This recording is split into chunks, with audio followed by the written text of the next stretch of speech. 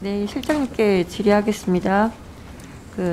청와대는 대통령 특별연설을 비롯해서 브리핑의 현장 수어 통역사를 배치하지 않고 방송사에게 맡기고 있는 실정입니다.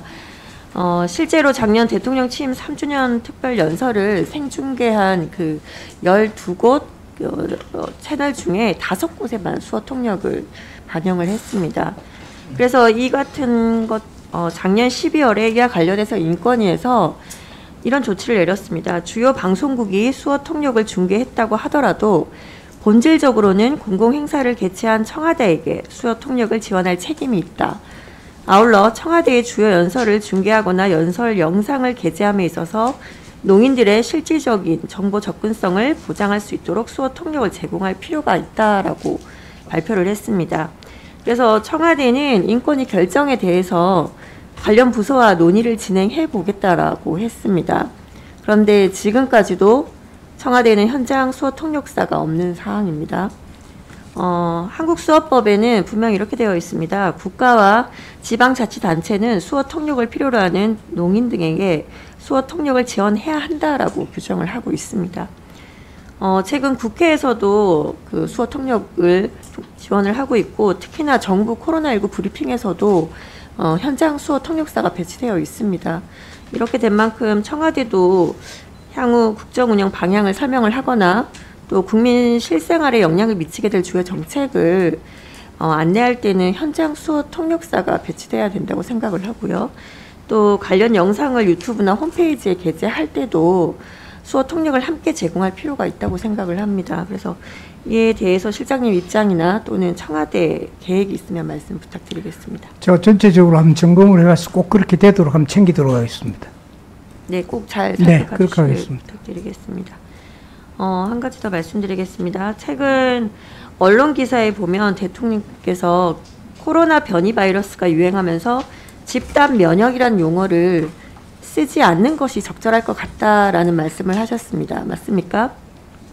사실입니까? 예, 그렇습니다. 네, 저도 이 말씀에 매우 동의를 합니다.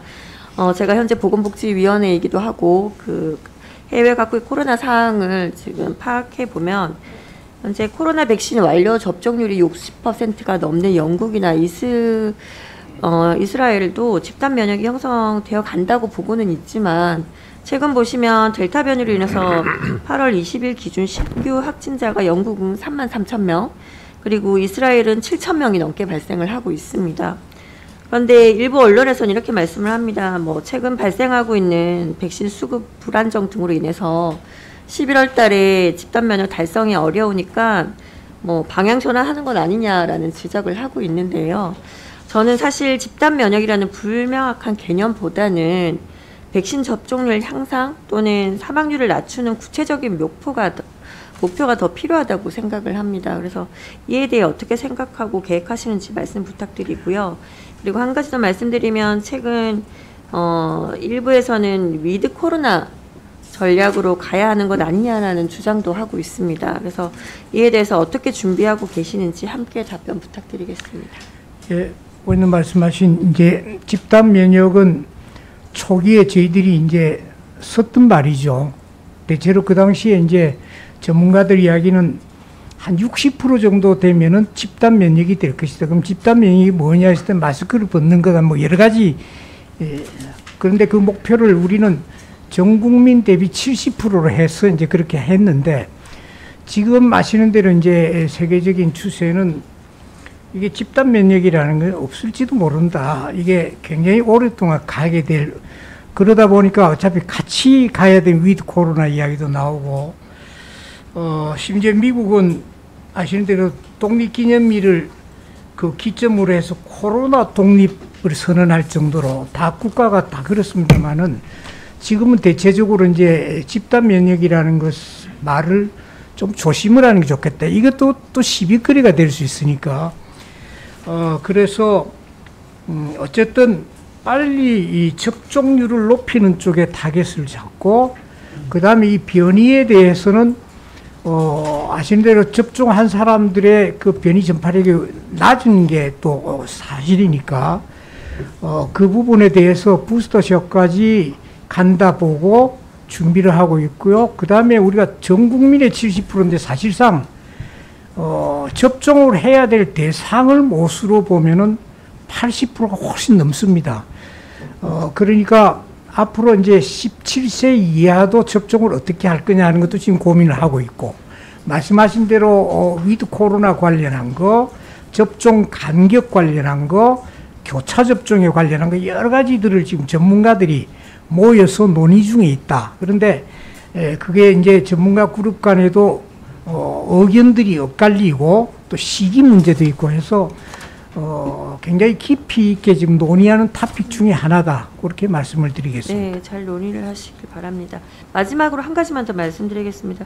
지난 목요일에 국민청원제도 도입 4주년을 맞아서 대통령께서 직접 난임 치료 지원 및 자궁경부암 백신 접종 대상 확대 등 의료비 지원 대책에 말씀을 해주셨습니다.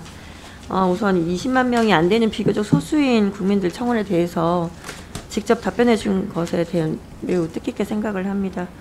특히나 자궁경부암 같은 경우는 백신 접종으로 예방이 가능한 유일한 암이기도 합니다. 그래서 그동안 국가지원 접종 대상을 만 12세 여아에만 한정하고 있어서 효과가 미흡했던 건 사실입니다.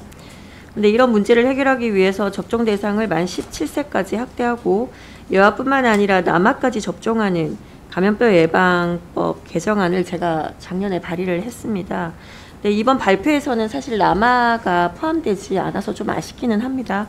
그래도 당장 이 9월에 제출된 정부 예산에 시급히 반영돼야 할 것으로 보이는데 앞으로 어떻게 하실 계획이신지. 그게 아마 한 60만 원 든다 그러더라고요. 그래서 아마 내년 예산에 지금 그 부분은 정치시장께서 조금 답변하시겠습니까? 자궁경부암 예산. HPV. 예, 그 자궁경부암은 이제 12세 연령까지다가 17세까지로 내년에 이제 확대를 했고요. 그 이상의 연령, 그러니까 18세부터 26세까지는 그러니까 1차적인 핵심 대상은 17세까지이고 18세 이상 26세까지는 저소득층에 한해서 내년에 시작하는 걸로 그렇게 예산을 편성을 했다는 점을 말씀드립니다. 예, 네, 예. 그렇게 하겠습니다. 네, 수고하셨습니다.